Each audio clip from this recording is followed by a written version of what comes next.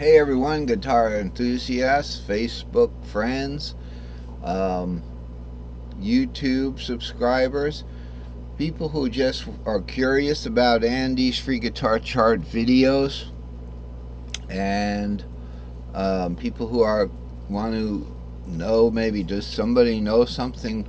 Did somebody take a different path of learning? That's often, I think, in music. You know, although the music speaks for itself, right? So when I learned some of Billy Joel's songs way back in the 80s on the piano, that kind of taught me piano, you know, um, somewhat.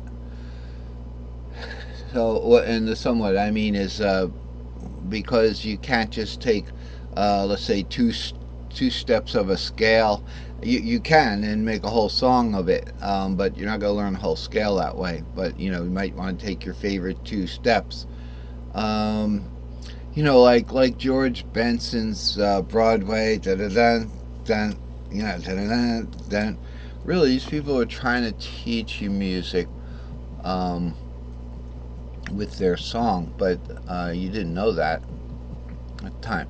Anyway, so since we've all taken kind of our own paths on music, I think that some of you out there already know how to play and are just want to see what's going on. The way that I portray or indicate or diagram um, the guitar is with these six. Here's where the strings are. So if we just bring up drawing tool and we'll go to line and we'll set a thickness, let's say, where's the little thickness thing? Oh, it has an indicator. So see how this now it's thinner, and then maybe change that color to like a nice stringy looking color, like maybe gray, maybe dark gray. Strings are like, they're kind of gray, but then they have like a little light gray silver lining on them. And so these are the strings here. So if we was going to add the strings and draw them, these would be the top two strings here, and then they get a little thicker. So we'll go to 6 on that. Wow, that's thick. The problem with the drawing tool is you can't fix the string once you drew it, the line. Now, so I purposely didn't draw it straight. Now I'm going to draw it straight the first time. So that thickness is still a little bit too thick. So I would think that the middle strings would be more like that thick, and then the bottom strings are the thickest. So here's where your strings would be. That's way too thick, but you get the main idea. So this is what's going on. Here's the strings and here's the frets. So obviously these are the frets going up and down here. Okay, and then the note numbers or boxes or any way I want to indicate the note is going to be in these squares. I have that on the guitar here too that I made, and so you can see these funny looking little, they look like little shoes, because that's what the piano notes look like once they're squished down. So how does that work? Okay, we're on pause. Oh, we're not on pause. All right. Okay.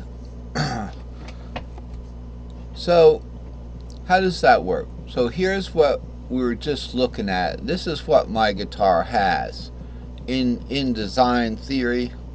And then how does this colored piano keyboard become this? And the way that works is let's just take an octave like this from C to C, okay? And then we want to take an octave over here. Alright, so I'll zoom out so it get a whole octave. So here's an octave from C to C right here. So what I'm going to do is I'm going to show you. I'm going to go underneath this with the keyboard itself that we just copied and put it in there.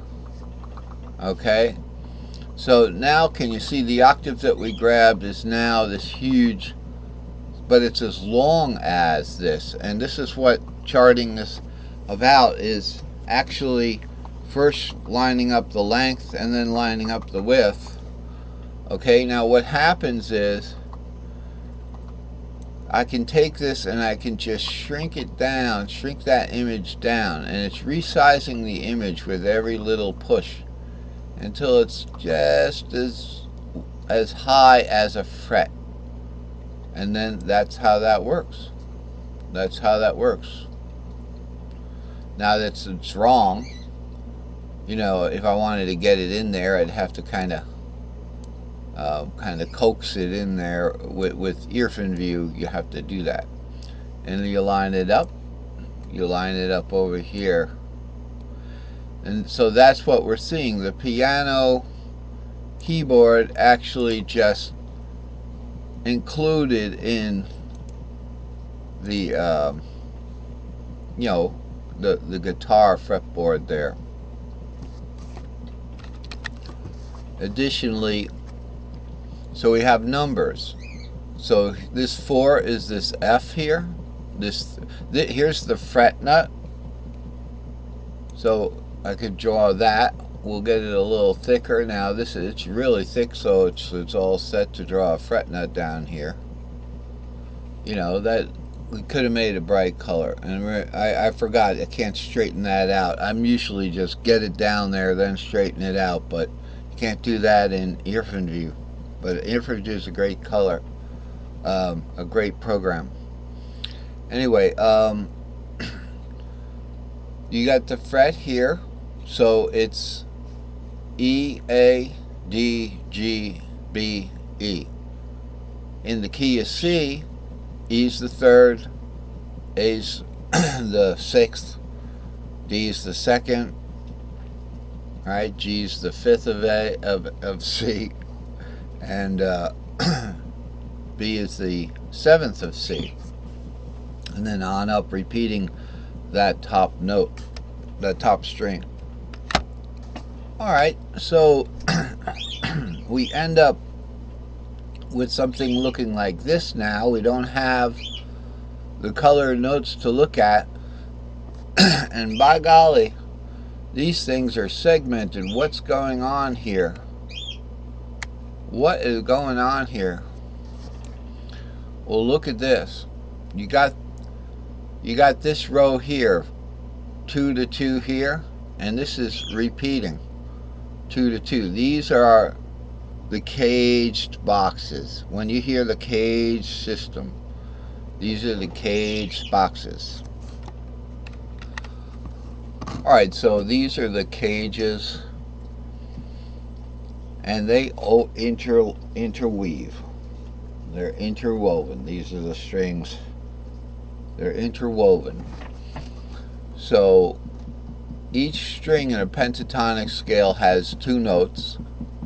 Now we're getting into the new stuff, and I can use this chart to do it. How did we get from all that to this?